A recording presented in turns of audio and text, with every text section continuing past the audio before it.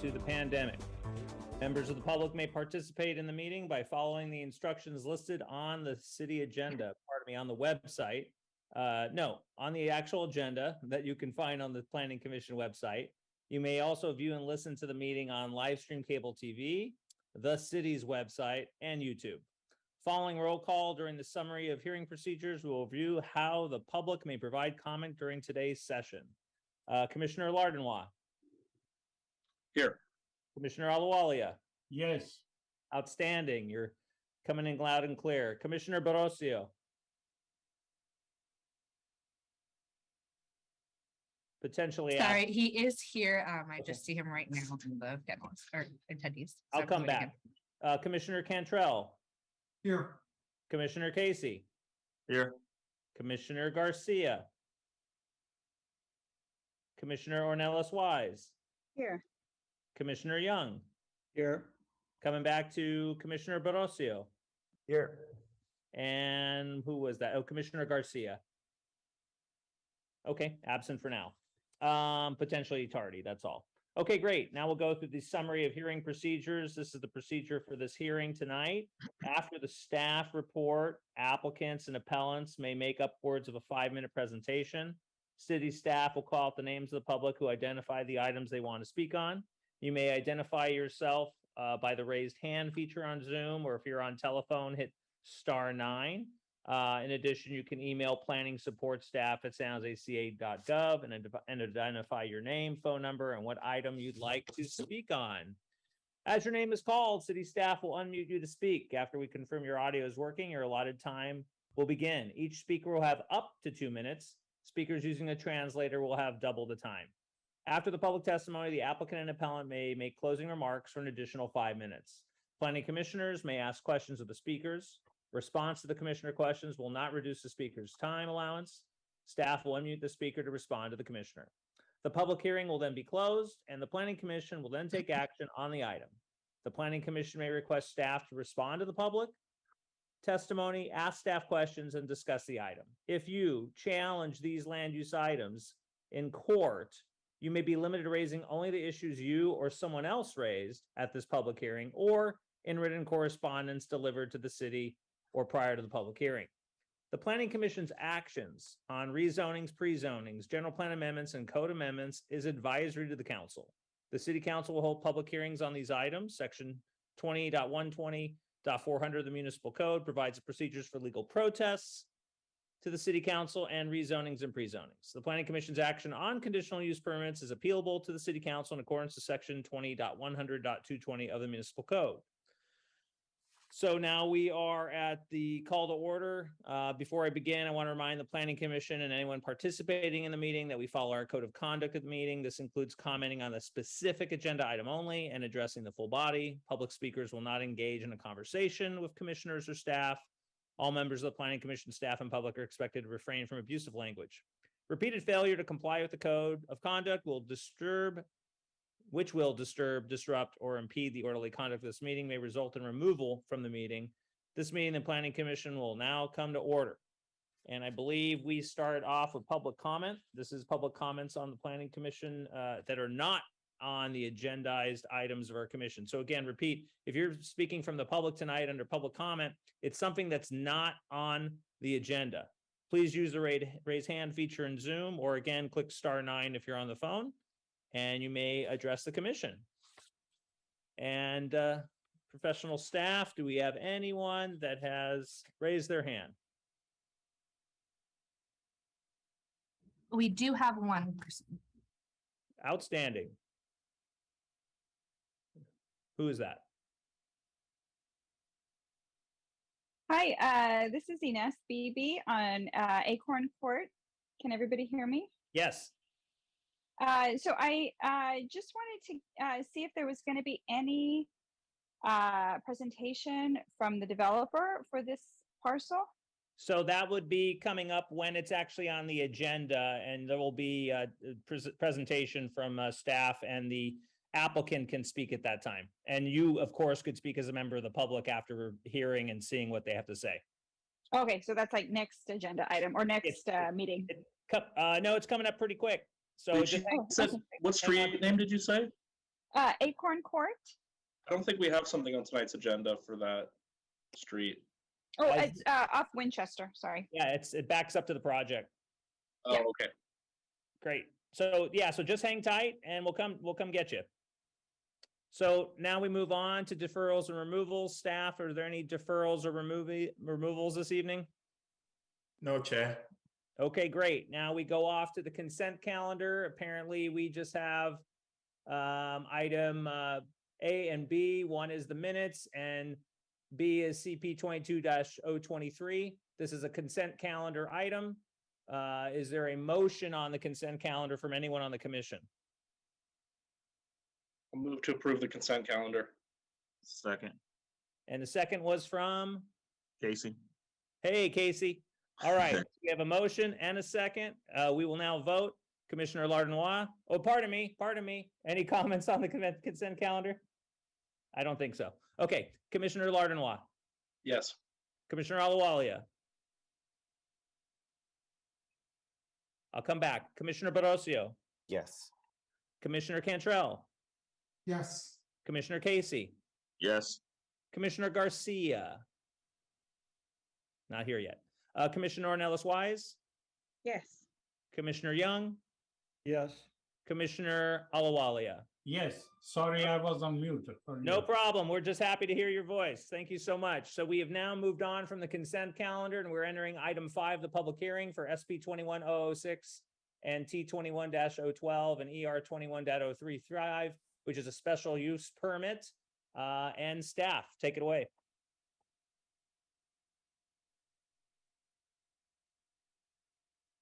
Thank you, Chair and Commissioners. I'm going to share my screen. This is Laura Miners, the Planning Project Manager for this request for a special use permit to allow the demolition of the existing residence, barn, and accessory buildings, the removal of 30 ordinance size and 19 non-ordinance size trees, and the construction of a 6-story mixed-use building consisting of 70 residential condominium units and 9 commercial condominiums, including 20,410 square feet of commercial space with 1 podium parking level and 1 basement parking level and associated landscaping and amenities. And a tentative map to subdivide 1 lot with up to 70 residential condominiums and up to 9 commercial condominium units on an approximately 0.93 gross acre site for the mixed use development described previously, located at 1065 South Winchester Boulevard. The subject site is within the mixed use commercial general plan land use designation, the Winchester Boulevard Urban Village Plan area, and the CP Commercial Pedestrian Zoning District. The project is consistent with all relevant general plan policies, zoning ordinance standards, design guidelines, and council development policies. The project site is bordered by a restaurant to the north, commercial office use to the south, multifamily residential use to the east, and single-family residential use to the west. The site is currently developed with a single-family residence, barn, and accessory buildings. The existing buildings and structures were constructed sometime between 1887 and 1900. The property is an example of the agricultural fruit drying heritage of the city of San Jose and is eligible for listing as a candidate city landmark. Therefore, the demolition of the existing buildings and structures would constitute a significant unavoidable impact to the historical resource under this California Environmental Quality Act, also known as CEQA.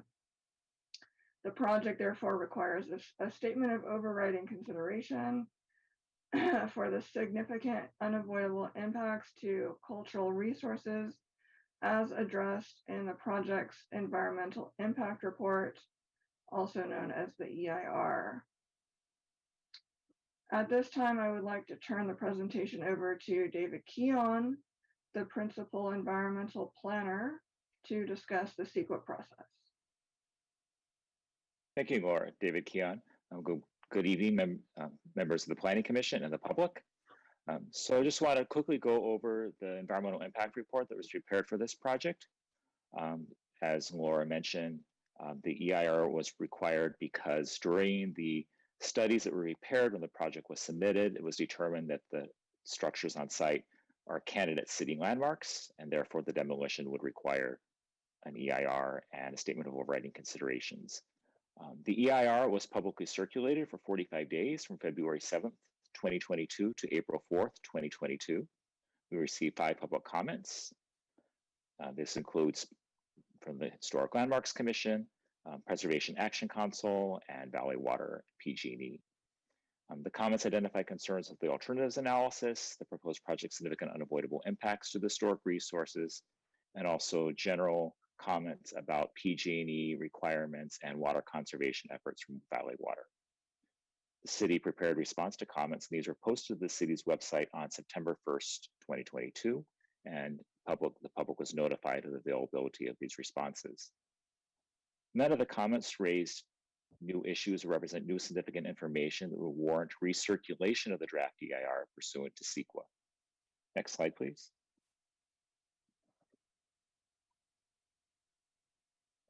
Just a very high-level overview of the EIR. So as I mentioned earlier, there was a significant unavoidable impact identified for the project due to the demolition of the house and barn structure.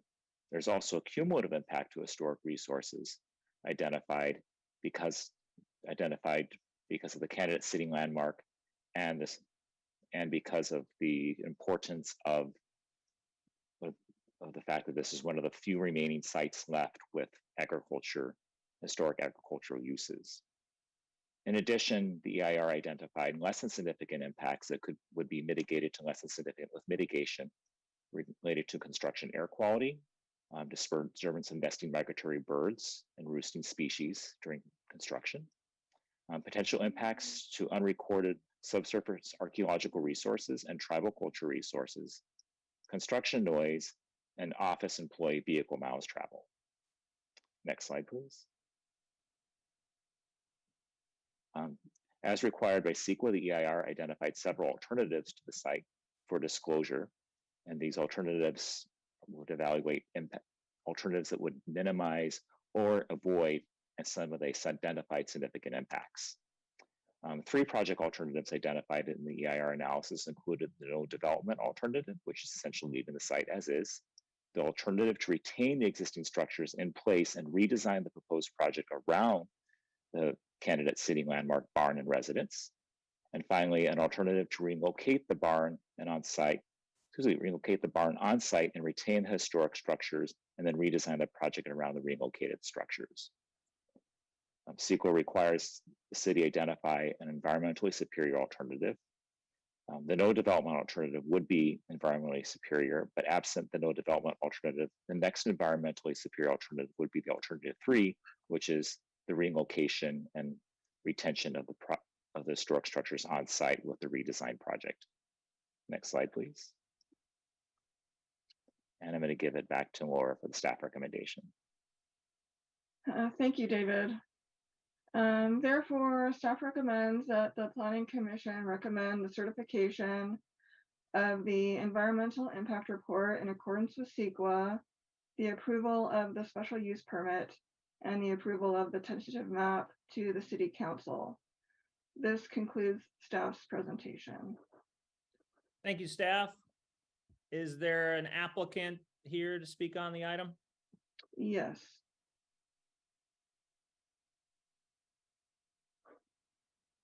I believe Adam Ascari has his hand raised. That's correct. Yeah, he is unmuted. Okay, thank you. And staff, the applicant has 5 minutes, correct? You'll keep time?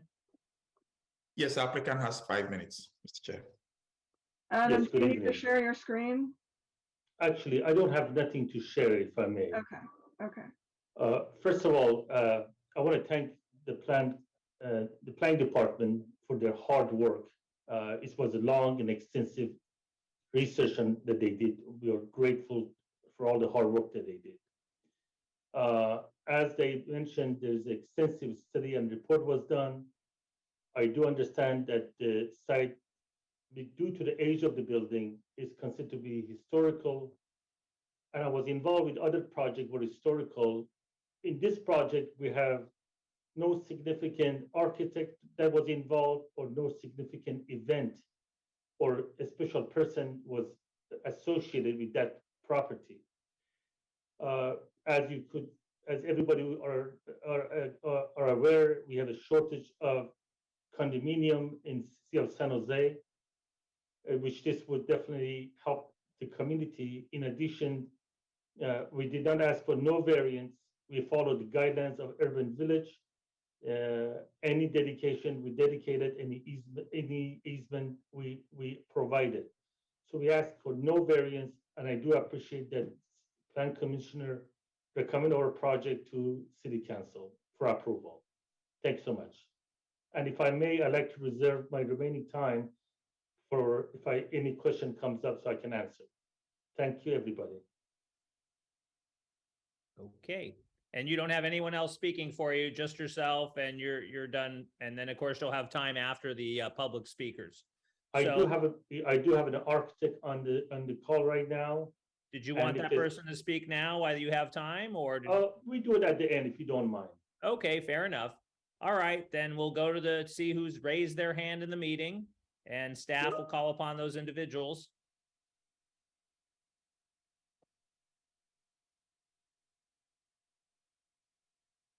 Or I could call them out, either way. Okay, Mike, you are muted. Planning Commissioners, Chair and Vice Chair, thank you for the opportunity to speak about this project. As has already been stated, this is a historically significant setting for the agricultural history of San Jose. And Preservation Action Council's interest is in preserving that and using it and reactivating it for a telling of our story here. PAC had previously provided comments about the draft EIR, which we talked specifically about project alternatives. It was PAC's belief that the historic places could be integrated into the existing project, whether left in place, which was the preference, or realigned on the property. We did discuss the option of relocation offsite as well. It is important to note that this project is virtually identical to a project that has already been entitled, that is right next to this proposed project. And it has the same architect and some of the same core investors. And so it would be PAC's preference that that this project would be viewed in the greater context as that is a recent entitlement. We just heard from the applicant earlier today, who has made some proposals on relative to alternatives, and we would like time to flesh that out. If it would be the commission's pleasure, given that this doesn't go to City Council until October 25th, I believe. We would like a couple of weeks to have time to discuss with the applicant possible ways to preserve the existing infrastructure in place. Thank you. Thank you, Mike.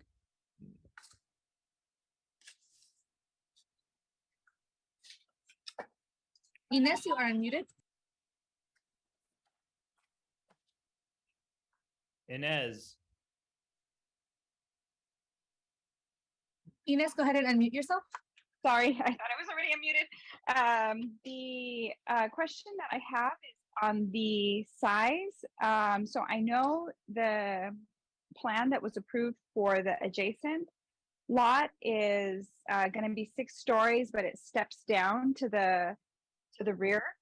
And I just wanted to understand if this project also is going to be 6 stories and then stepping down, leaving the same amount of space to the housing behind it.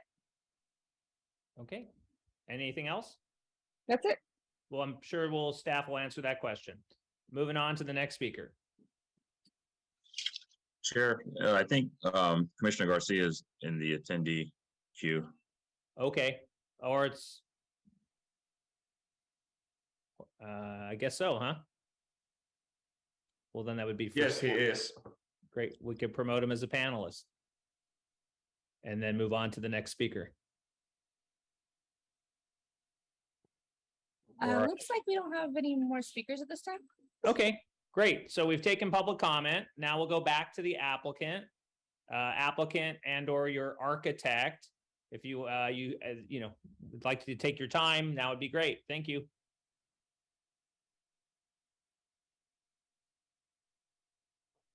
Okay. Are we there? Yep. Okay, so and regarding the preservation committee, yes, 1073 is a different project and is a different ownership. They don't belong to the same ownership. So these are two different ownership. One is run by Israel 26 LLC, the other one is ANC Development. As far as incorporating the property, again, we had with Art and I, we spent a lot of time, see if we can somehow incorporate the house. Unfortunately, it's not possible, it's not feasible, it doesn't pencil out. The cost of construction goes so high that unfortunately does not allow us to have a house relocated in the same part of the property. So, but we did talk to them today about relocating the property to as if it's possible to do so. So we will help them if they find somebody, an angel, to come in and move the property. We'll be glad to work with them. But we'd like the commissioner to do the recommendation tonight to the city council. As far as the other caller, yes, it does mimic 1073. We do go back six story, and it does have the setback as the other one that was approved. Thank you.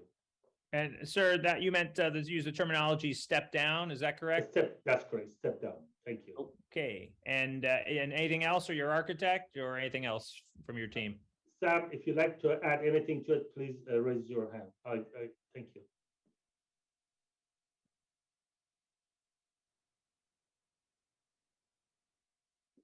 Any other raised hands, staff? No, there's not. Okay, then that'll wrap that up, and now we'll come back to council. I'd first maybe go back to planning staff. Is there anything you wanted to add based on the applicant's comments or public comment?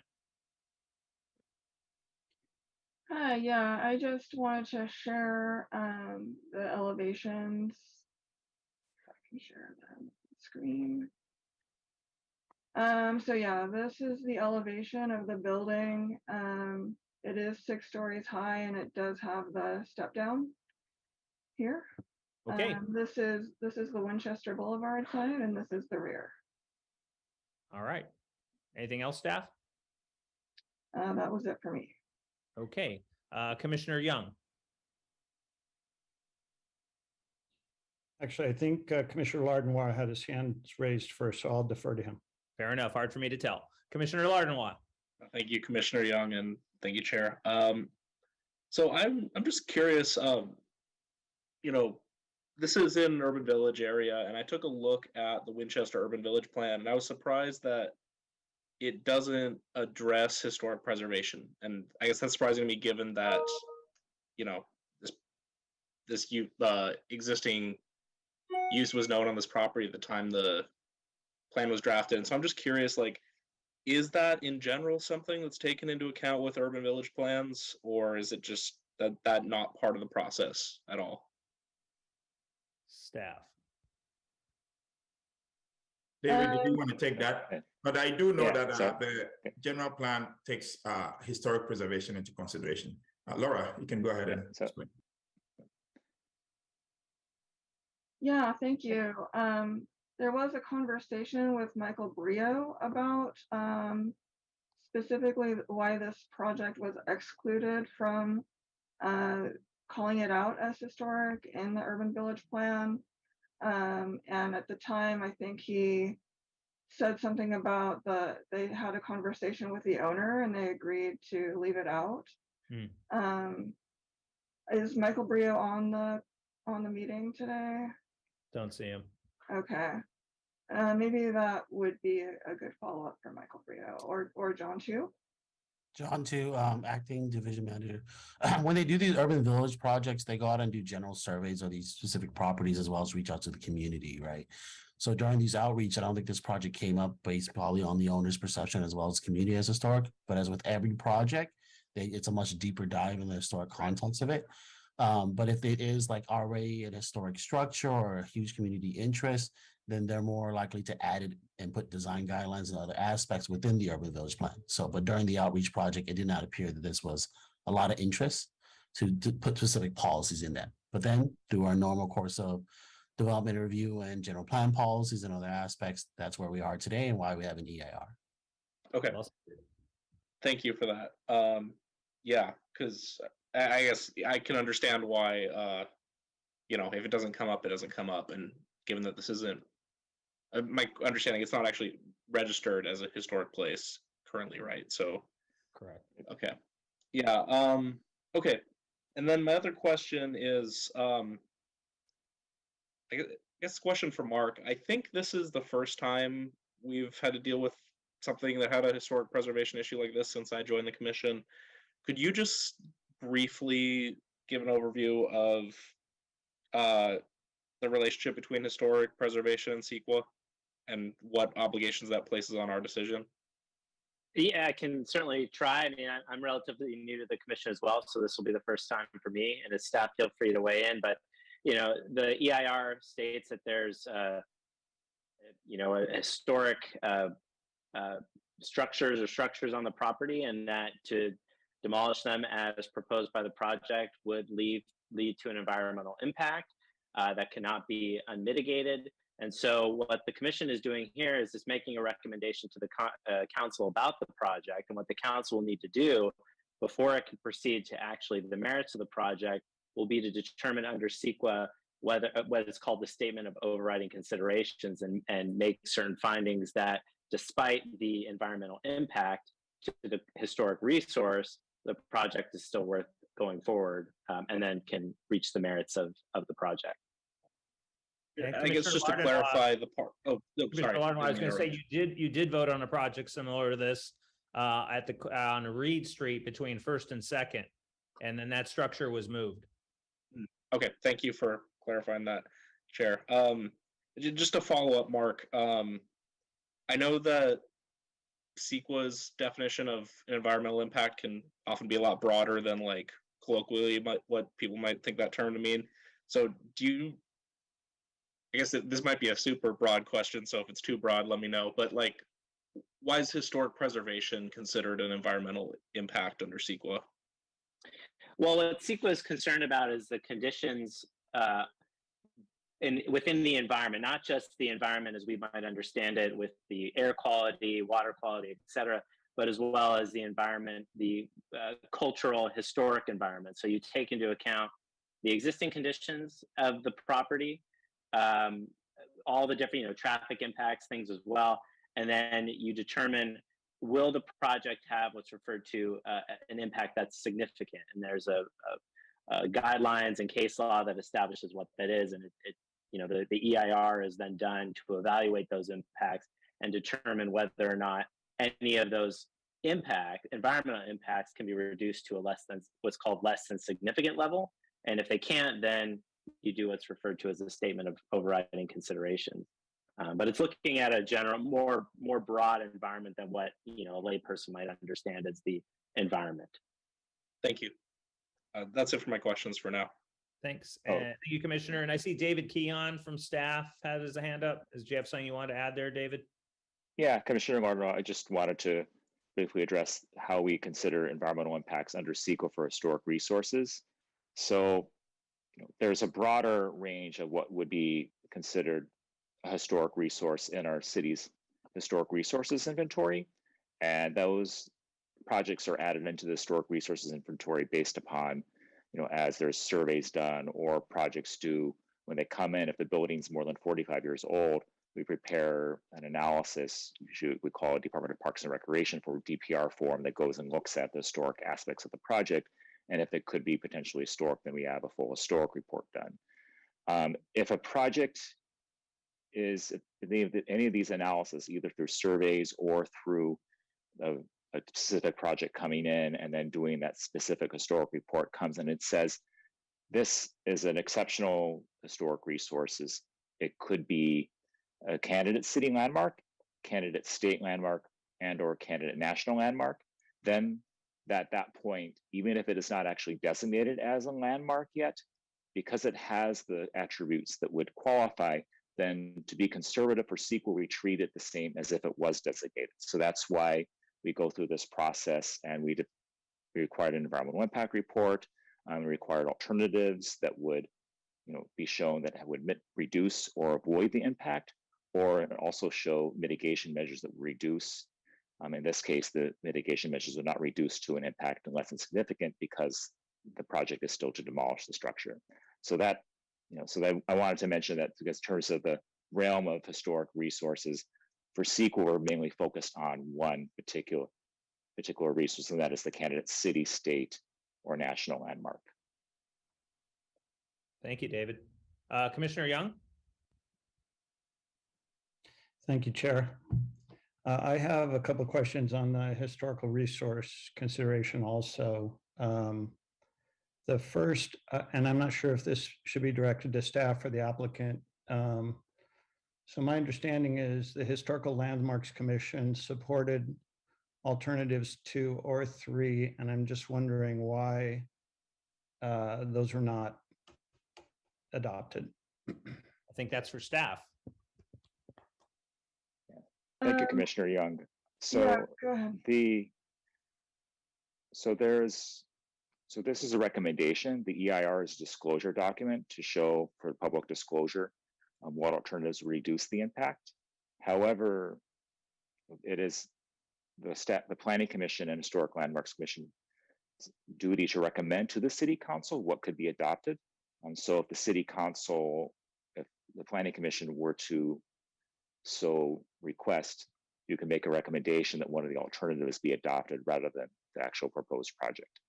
City Council is the one that will actually make the formal determination of certification of the EIR and approval of any project, but it's definitely within the purview of the Planning Commission to make a recommendation. I'd also like to add that there is a condition of approval in the permit that requires that there be a request for proposals or RFP for the relocation of the historic structures onto some other off-site location. And that's, I think, what PAC SJ was trying to work out with the applicant in that process of the RFP. Okay. And I see John too. Did you want to chime in here or later? Yeah, so the Historic Landmarks Commission is making a recommendation ultimately to City Council, not to Planning Commission. So you guys as an independent body will make your own recommendation to City Council in conjunction. So we provided the Historic Landmarks Commission its background, but ultimately both recommendations will be headed to City Council for their consideration. Thanks, John. Back to Commissioner Young. So thank you for that background. I appreciate it. So I'd like to ask the applicant, would you be willing to go forward with your project using alternative 2 or 3? And the applicant. What we agreed to do is to place an ad for anybody to come in and move the property to different site. And also I'd like to remind the Plan Commissioner again that this site does not have any significant, just like being older property. There's no significant architect or no special event that took place. There are a lot of properties in the city of San Jose that are older properties. So just because this is older property, it has to go through this report. But there's nothing significant in regard to architect, event, or any special person like a president or anything took place in that side of property. Okay, I apologize, but I'm not sure I understood whether you answered my question. And the question is your project economically feasible where you could move forward with it using either alternative 2 or 3? Unfortunately, it would not be. The cost of the construction has gone so high that it's unfortunately not feasible to do that, especially at these times. As you might be aware, the cost of construction has gone to the roof.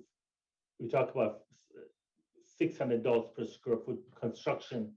It's just a killer. Okay, thank you. I appreciate that. Thank you. And I have one other question for staff, and really it's a process question. It was unclear to me reading the staff report. Has the city council already reviewed and issued a statement of overriding considerations, or will that come later? That will Commissioner come Young. later. The statement of overriding consideration has to be adopted when city council would adopt the EIR, if they decide to adopt the EIR that the project has proposed. And that is included in the draft EIR resolution that is included as part of the packet. Thank you. Okay, great. Thank you. That's all I have. Thank you, Commissioner Young. Commissioner Ornelas Wise. I think Commissioner Contrell was before me. I'll let him go ahead and speak. Oh, yeah, my apologies. That's okay. I'm going to change coloring. the pigment of my hand. It seems to. Well, it matches the background, so it's, Yeah, it gets lost in my son's hair. Actually, I want to thank Commissioner Young for always being thorough and asking my questions before I get to them. I do have a few, just 2 additional questions. Number one, the trees the 30 ordinance size trees, are these orchard trees, fruit trees, nut trees? Do we know what the species of these trees are? Yes, I had a paragraph or 2 about that in the staff report. There is tree removal policy that this project is following. The trees that are being removed are about 50% orchard trees, Okay. and 50% non-native trees. Okay. Okay. The orchard trees that are being removed are mostly cherry trees. Okay. Okay. And secondly, I'm assuming so that the wildlife protection will be the seasons of construction will protect what's there, as would be the normal course. There are no issues with that, correct? Correct. Okay. Thank you. That answers my questions. thank you, Commissioner. Back to Commissioner Ornelas Wise. Okay, I do have some concerns about the fact that if this project and what is there, I mean, the existing house and the agricultural history that's there, I mean, San Jose and Santa Clara County was the Valley of Heart's Delight.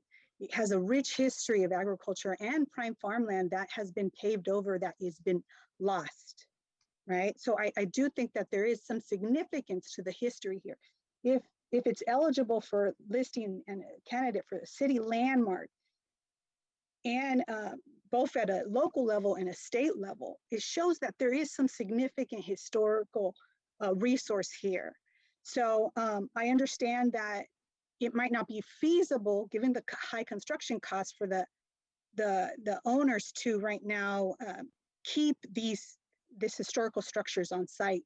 However, I do think that, based on some of the staff report that I read, that the conditions of that existing house that is there and some of the structures are still intact. These were built at the turn of the century and were in operation since, up until 2010. I had, so many of us grew up with family that were in the agriculture business here locally, from farm workers to canneries to whatnot. And I think that's really important and it should be preserved. So I agree with the public that said that we should continue this item while they work it out to figure out where these items of historical significance will be relocated to. I think they definitely should be preserved, if not on site, at History San Jose at that park. besides San Jose, I mean, Santa Clara County, especially South County, still has rich agriculture, more ag tourism. We got cattle ranchers up in the hillside, a lot of people that can possibly take this and preserve it and use it, you know, for farm hands or for an actual family, right? So I think it definitely needs to be preserved and relocated. And I don't think it should be just like, let me see if someone takes it. I think that we need to preserve it. I think it's part of the history of San Jose that's really important. So it should be preserved.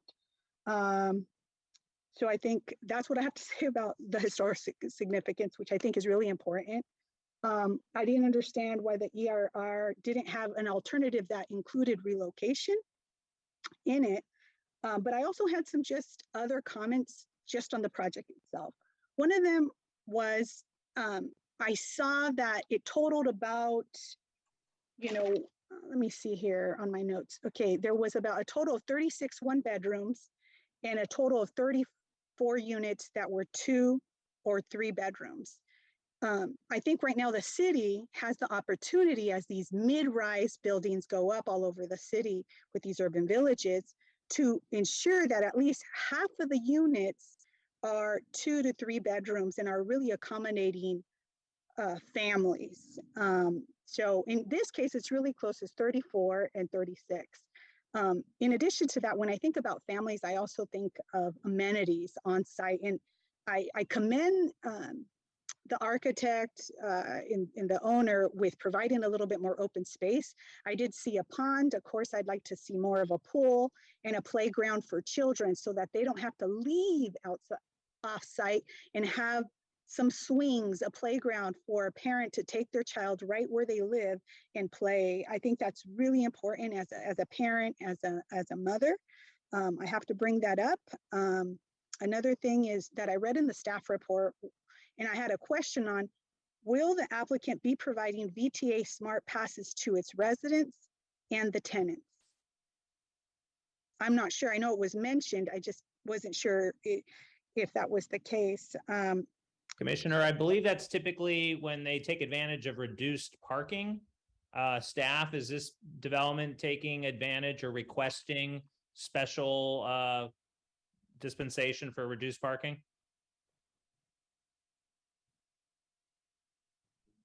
They are. It's on the staff report. Laura, you're muted.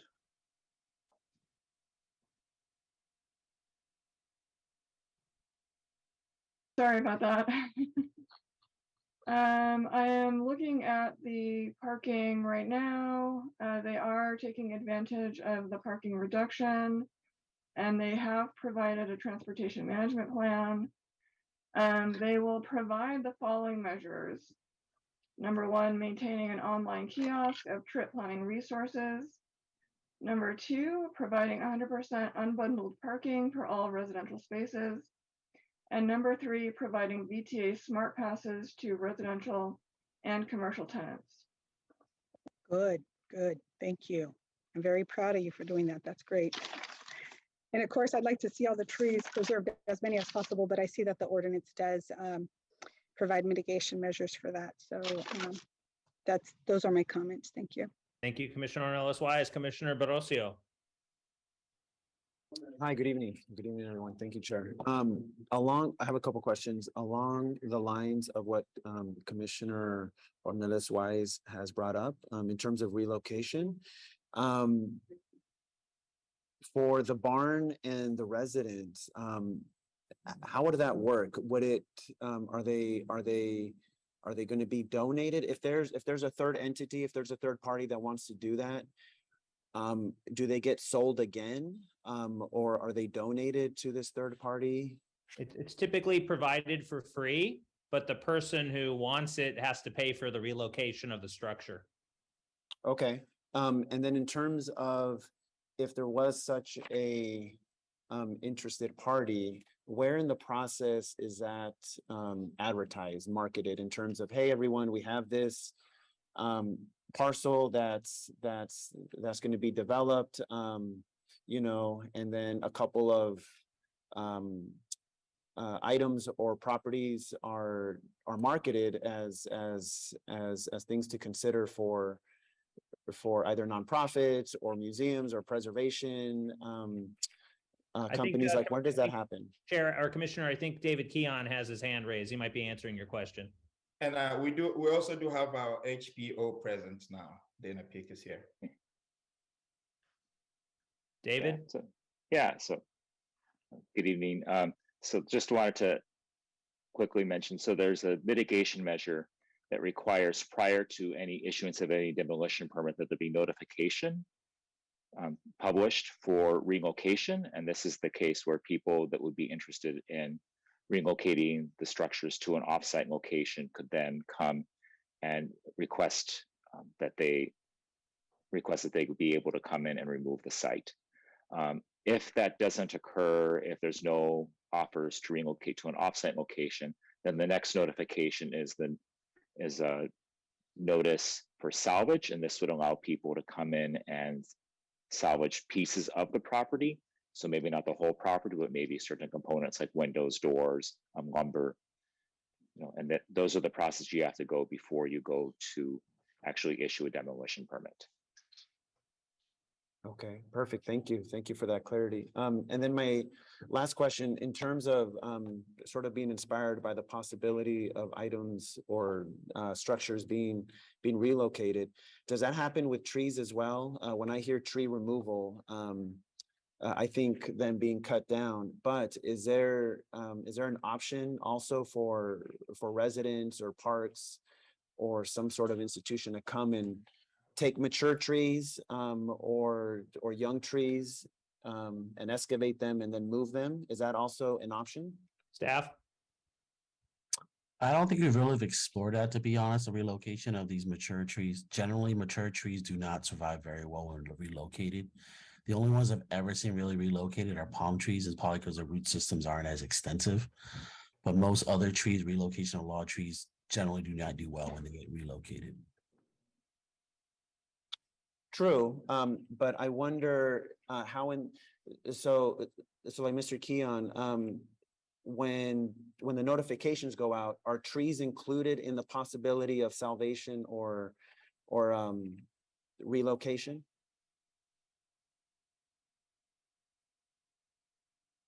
For historic resources, trees are not included in that.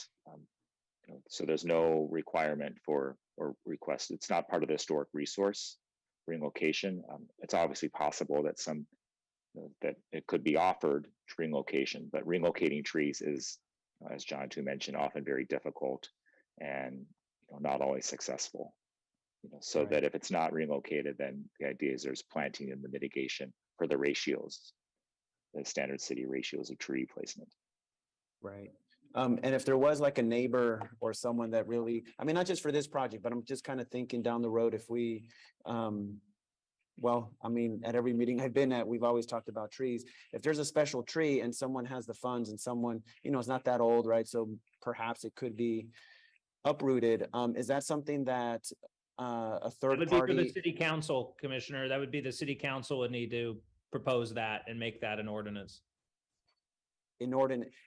Yeah, so my question was, would, like, say a resident or a neighbor, like a business that wants to save something like a tree, would they go talk to the developer? Would they talk to the landowner before sale to kind of write that in, like, hey, I sell you this, but please give this tree to so-and-so?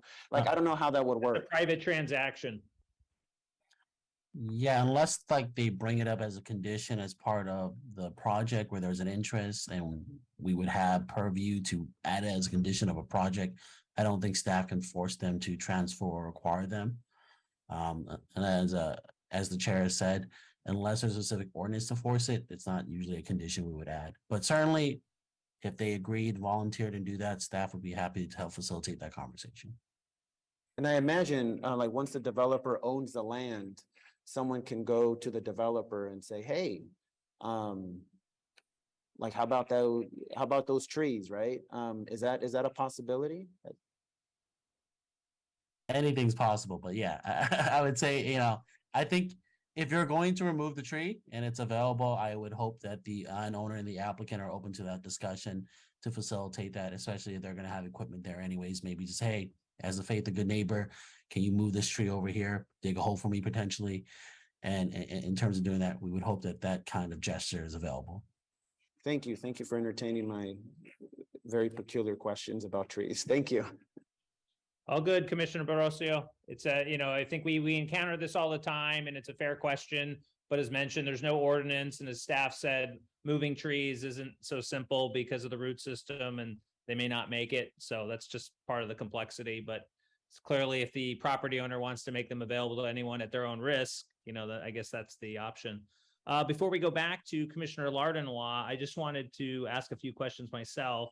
So again, staff, the structure is old, but there's no significant architect, event, or person, and it doesn't have landmark status today. And let's see, what else is important there? I think this is an example of when we don't have a historic inventory. So at one of the comments made by Mayor Liccardo when he came in is that he wanted to have every structure in the city be surveyed so that you don't have these types of ad hoc discussions at the last minute. I don't believe that's been done comprehensively. And so really this falls back to the city council. So I know there's been requests to delay this application, but I can't support delay. I think we should vote on it tonight and have it go to council. And ultimately it sits with them. They're the ones who haven't done done the historic inventory, that the question has come up. Ultimately, it's their decision. I certainly think the comments about allowing this to be moved and being available to someone are very good. I thought Sally Zarnowitz, a member of the public who used to work with our planning department and now works in Los Gatos planning department, suggestions are very good about public advertising for the move. Salvage for agricultural agricultural salvage, and then also putting maybe a placard explaining the agricultural history of this site, because all of this valley was a farm, every ounce of it, and that's why we have people living here. So that's just sort of the reality of these things, but I wanted to throw that in there and then ultimately come back to Commissioner Lardenois. Thank you, Chair. I got a couple things in mind here. First off, I just want to say, in terms of responsibilities, because this is a CEQA issue, I do think,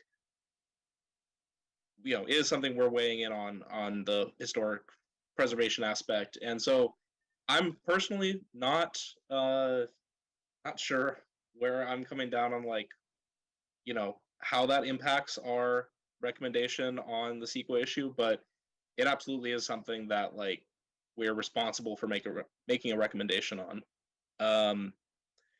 I wanted to ask, I didn't see this as explicit in the staff report.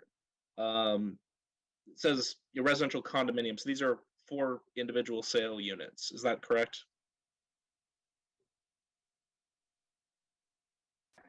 Yes. I would say typically we have people who do apartments as condominiums, but it allows them in the future, if they choose to do them for sale, to just do the subdivision now or the potential to subdivide it now.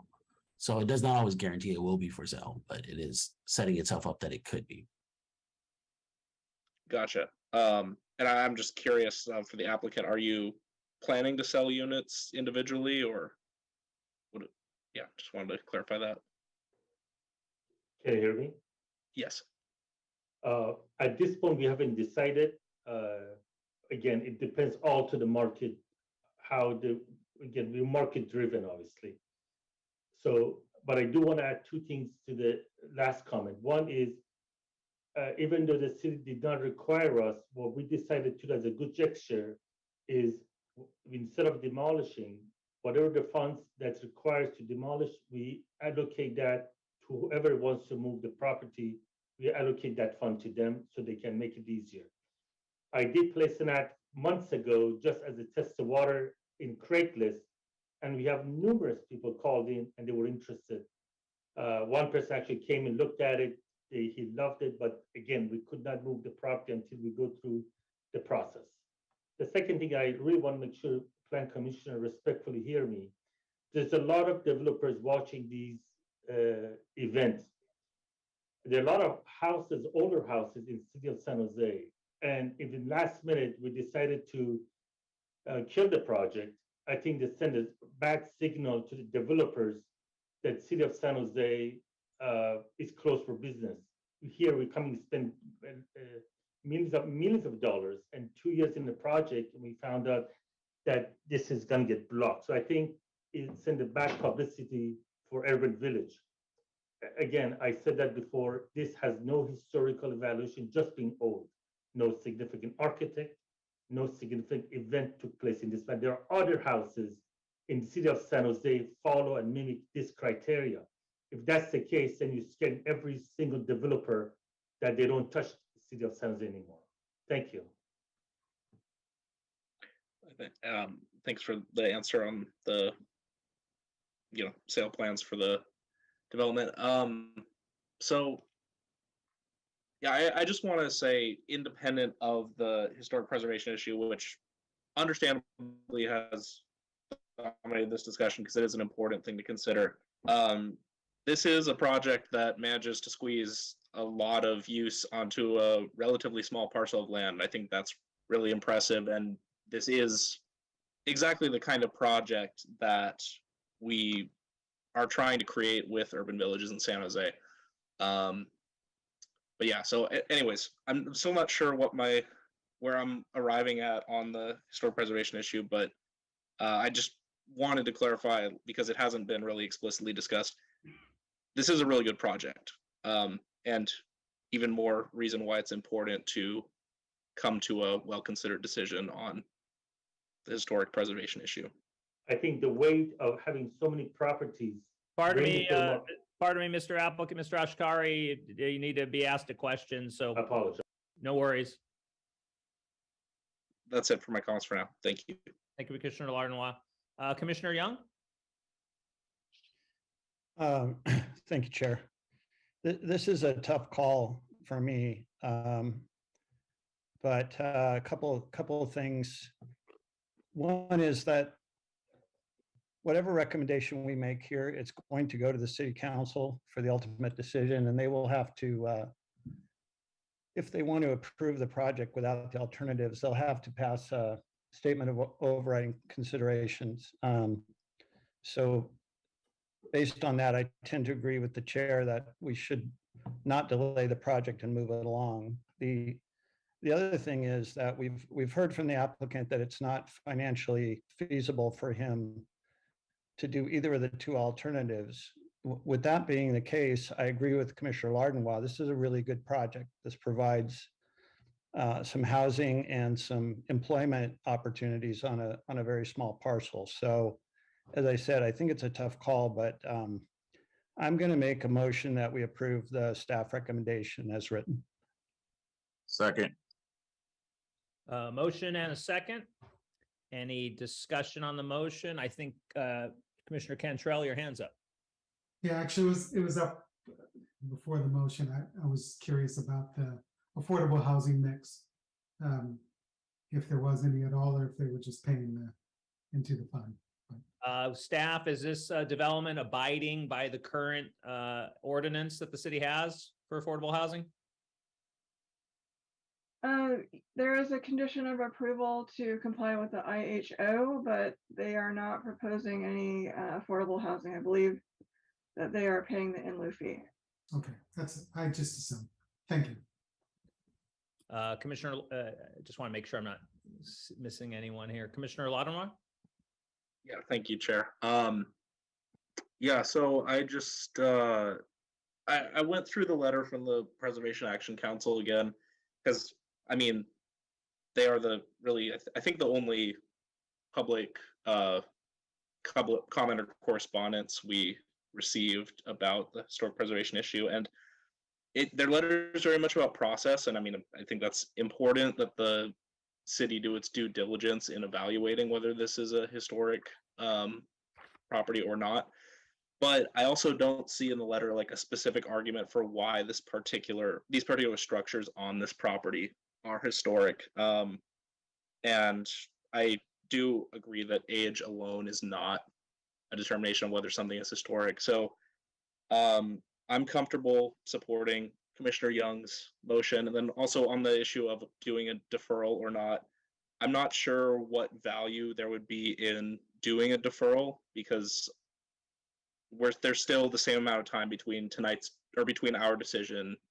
Excuse me, there's still the city council decision is still going to happen the same date no matter what. And so I don't think that delaying our decision will meaningfully change the process. I also don't think it would necessarily hurt to delay our decision, but if there's not a compelling reason to do it, we should just vote on the day it was agendized. So anyways, to put it simply, in support of the motion. Thank you, Commissioner Larnois. Would the maker of the motion consider a friendly amendment that this development provide a educational exhibit explaining the agricultural and architectural history of the site, and that it be prepared on the site, perhaps in a manner that's near where pedestrians would walk by? Yes, I would. Is that okay with the seconder? Yes. Okay. And staff, that doesn't present a problem for you at all. I imagine that's something you're very used to. Do you want to get a confirmation from the applicant for the record as we give this recommendation to the city council, or do you want to leave it as an open-ended and let them respond later? We have the applicant here. We can certainly ask if he'd be amenable to such a thing. I'm sure, Mr. Ashkari, are you familiar with a historical placard and what that might look like?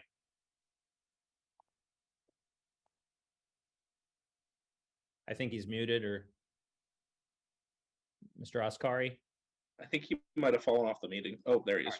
There he is. Yeah, unfortunately, I am not familiar.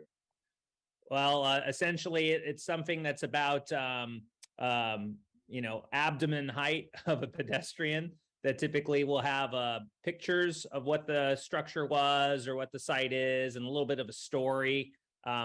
Being that the fact that there's no one of historic significance or no event here, I'm sure someone could advise you on what could go there, but just something to acknowledge what was there. This was the site of agriculture, and there was a structure in this barn, et cetera, et cetera. I don't have no issue with that at all. All right. Well, very good. I think it's a great idea. Okay, look at that. All right. So any other comments from anyone else on the commissioners? I don't see any hands raised. So then we will vote on the motion. And let's see here. Commissioner Lardenois. Yes. Commissioner Alawalia. Yes. Yes. Thank you, Commissioner. Commissioner Barocio. Yes. Commissioner Cantrell. Yes. Commissioner Casey. Yes. Commissioner Garcia. Yes. Hey, welcome. Commissioner Ornelas Wise.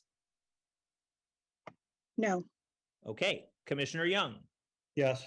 And myself, yes. And staff will display the vote before we go on to the next item, which is item B, PP 22006, regarding the design standards of downtown. And I assume there's a presentation, staff? Yes, there is. Hi, good evening, planning commissioners and members of the public. My name is Sylvia Doe with the city's Department of Planning, Building and Code Enforcement, and I am the project manager for this proposed update to the exception to the design standards of the downtown design guidelines and the citywide design guidelines. And I'll just take a moment here to share my screen and run my brief presentation. There we go. All right, so a little bit of background before I dive into the city staff's proposed amendments to these documents here. You may recall not too long ago that the downtown design standards and guidelines and the citywide design standards and guidelines were respectively adopted by the City Council in April of 2019, and then the citywide design guidelines in February of 2021.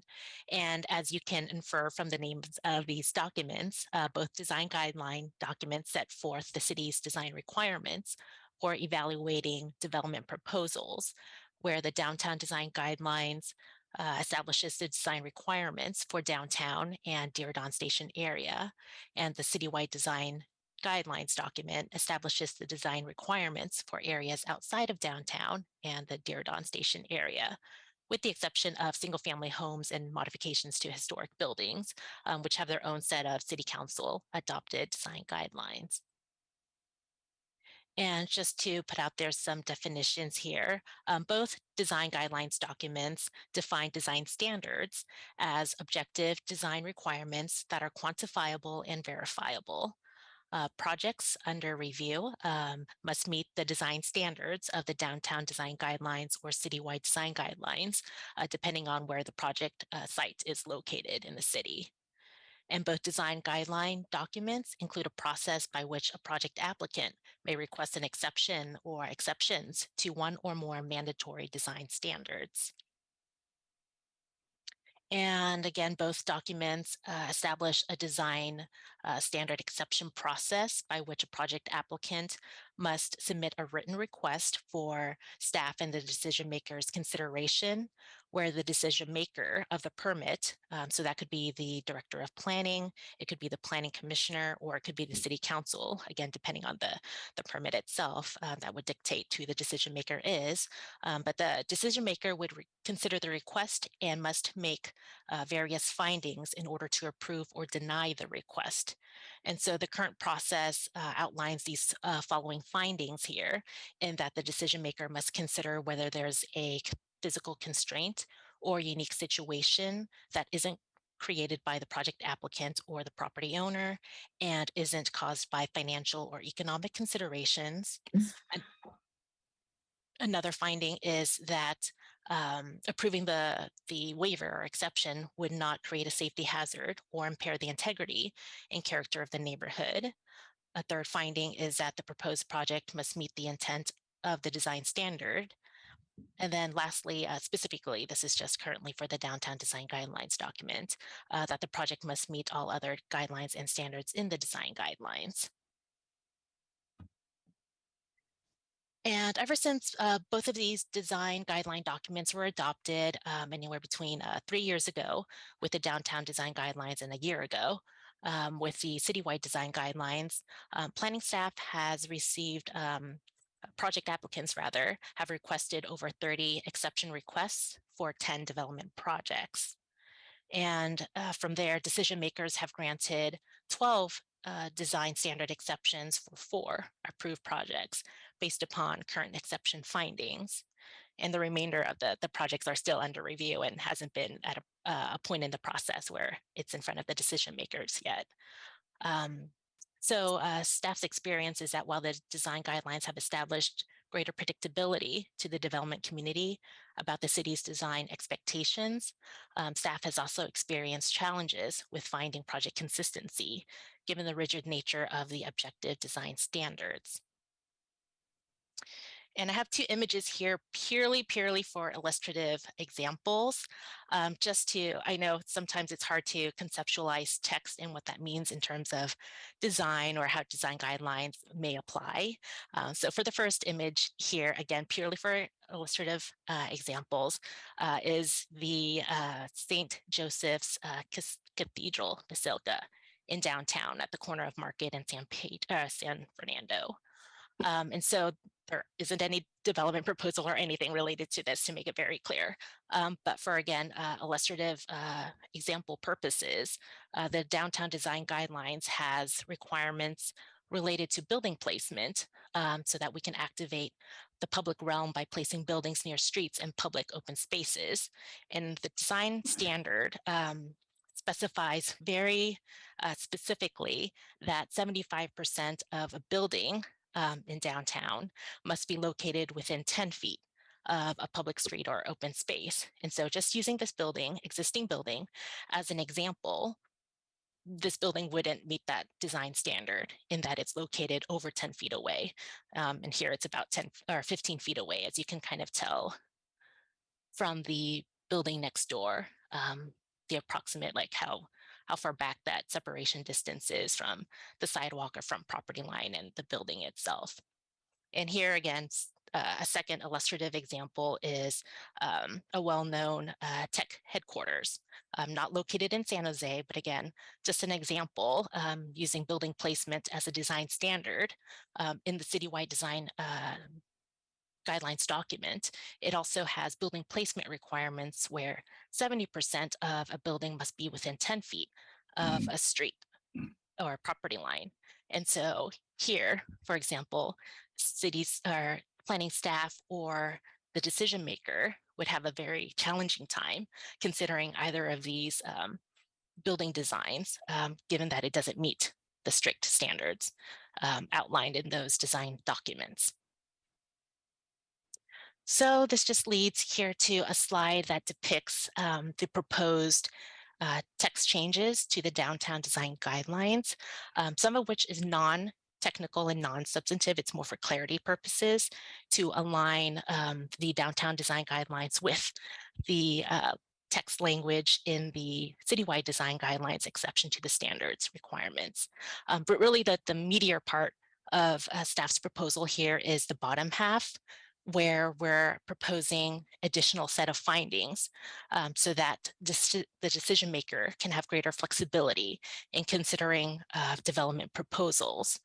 So specifically, it's indicating that if the current design exception findings cannot be made, the decision maker may still grant an exception if all of these other findings are made. So one of which is that the project advances the major strategies of the general plan, that the project is consistent with the design guidelines, values, and guiding principles. Third, that the project achieves the stated rationale of the section of the design guidelines of that applicable standard in which the project applicant is requesting this exception. And then lastly, it allows the decision maker to consider counterbalancing justifications that would justify the inconsistency of the project's lack of conformance with a design standard versus like the overall project and how it could benefit the city or further the city's general plan. And same findings are carried over or proposed for the citywide design guidelines. So I won't read that, but it's the same thing.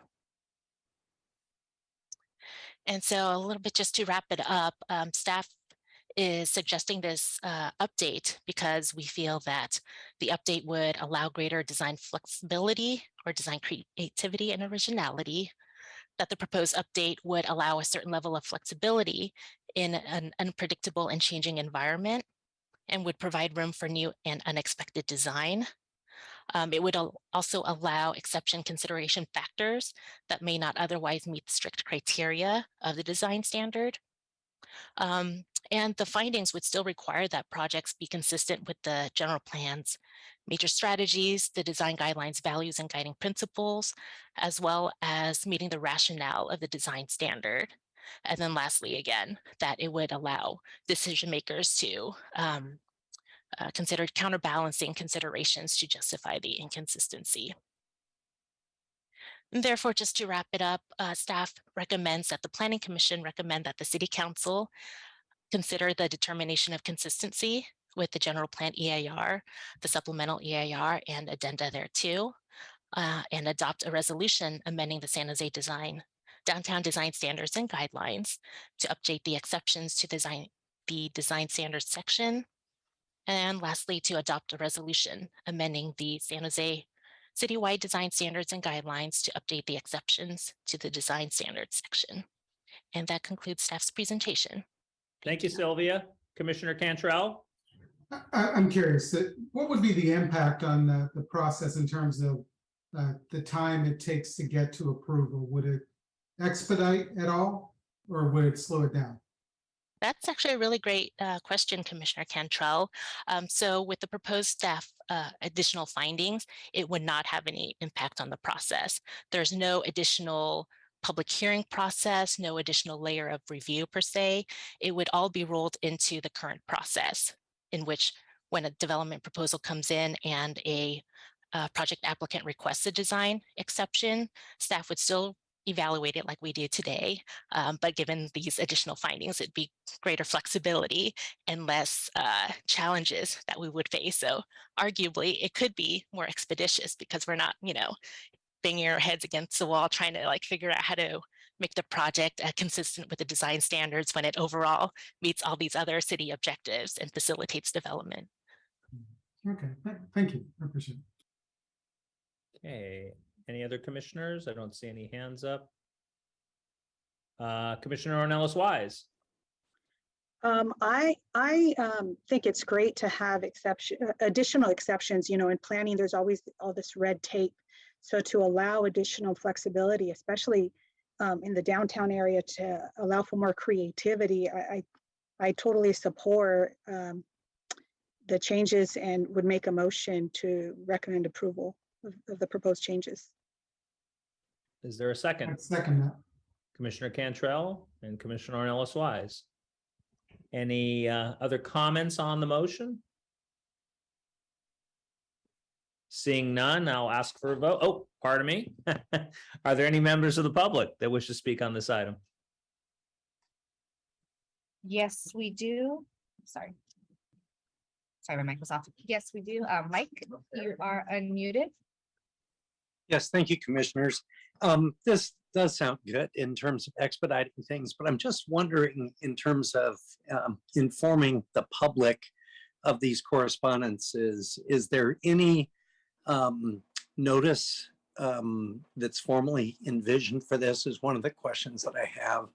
And also, it sounds like some of these have already been requested and I wasn't clear if they had been approved. It sounds like maybe they have been, what that process was, if that was just done by the planning director or if that came to the planning commission or any other affected body that was involved in the exception. The concern, I guess, in general is the reason why you have standards is so that everybody knows what the playing field is. And if it sounded like a pretty significant number of requests that have come in, and I'm just wondering if we're opening the floodgate to having no standards at all. It looks to me like the general brush of the meeting the general plan goals is, while theoretically a very smart way to proceed from an overall perspective, it does seem like that it could be a very quick avenue to ignore standards. I specifically think in the historic preservation context that there are projects being proposed right now. That was an interesting example that staff used of the spaceship, of things that really don't fit in historic districts, from the design guideline standpoint. And I'm just wondering if projects like that are the projects that are asking for exceptions. Thank you. Thank you, Mike. I don't see any other hands up. Is that correct, staff? Okay, that ends the public comment. We have a motion on the floor. Any other questions from commissioners? Seeing none, I'll call the roll. Commissioner Lardenois. Yes. Commissioner Ahluwalia. Yes. Commissioner Barocio. Yes. Commissioner Cantrell. Yes. Commissioner Casey. Yes.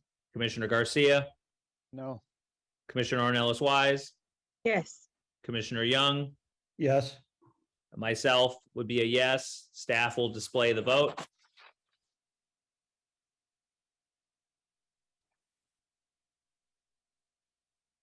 Very good. And I think now we're on to referrals from City Council, item 6. I don't think there are any items, correct, staff?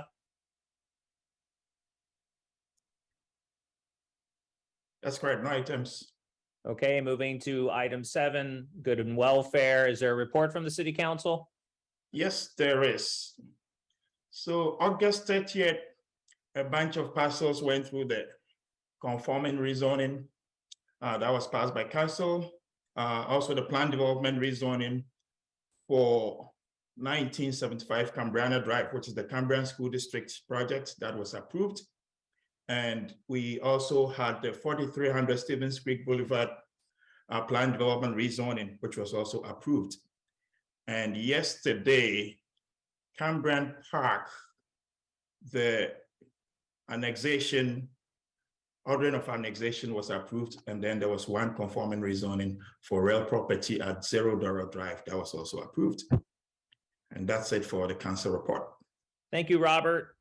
No subcommittee reports, commission calendaring. Looks like we might be looking at an upcoming study session. Staff, do you want proposed dates, proposed topics? Would you like that to be verbally shared? Would you like an emails to staff? What would you prefer? That is correct. I can give you the broad overview, and then we'll ask support staff. Jennifer will follow up with specific questions with regards to your interest in topics. So we have the proposed dates for the retreat as October 21st, October 28th, and November 4th. So if you so wish, we can agree on one of those dates, or we can also ask support staff to reach out to you to see which ones will be the most preferred. Will the commission prefer to share all their personal calendaring now, or just do this via email? Email. I would just say maybe not October 28th because that's my birthday. So maybe. Oh, happy birthday, early birthday. Thanks. Looks So, like you we'll know, all be at a party. I'm guessing.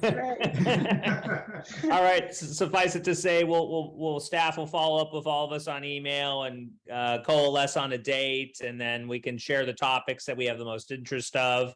And that sound good, staff?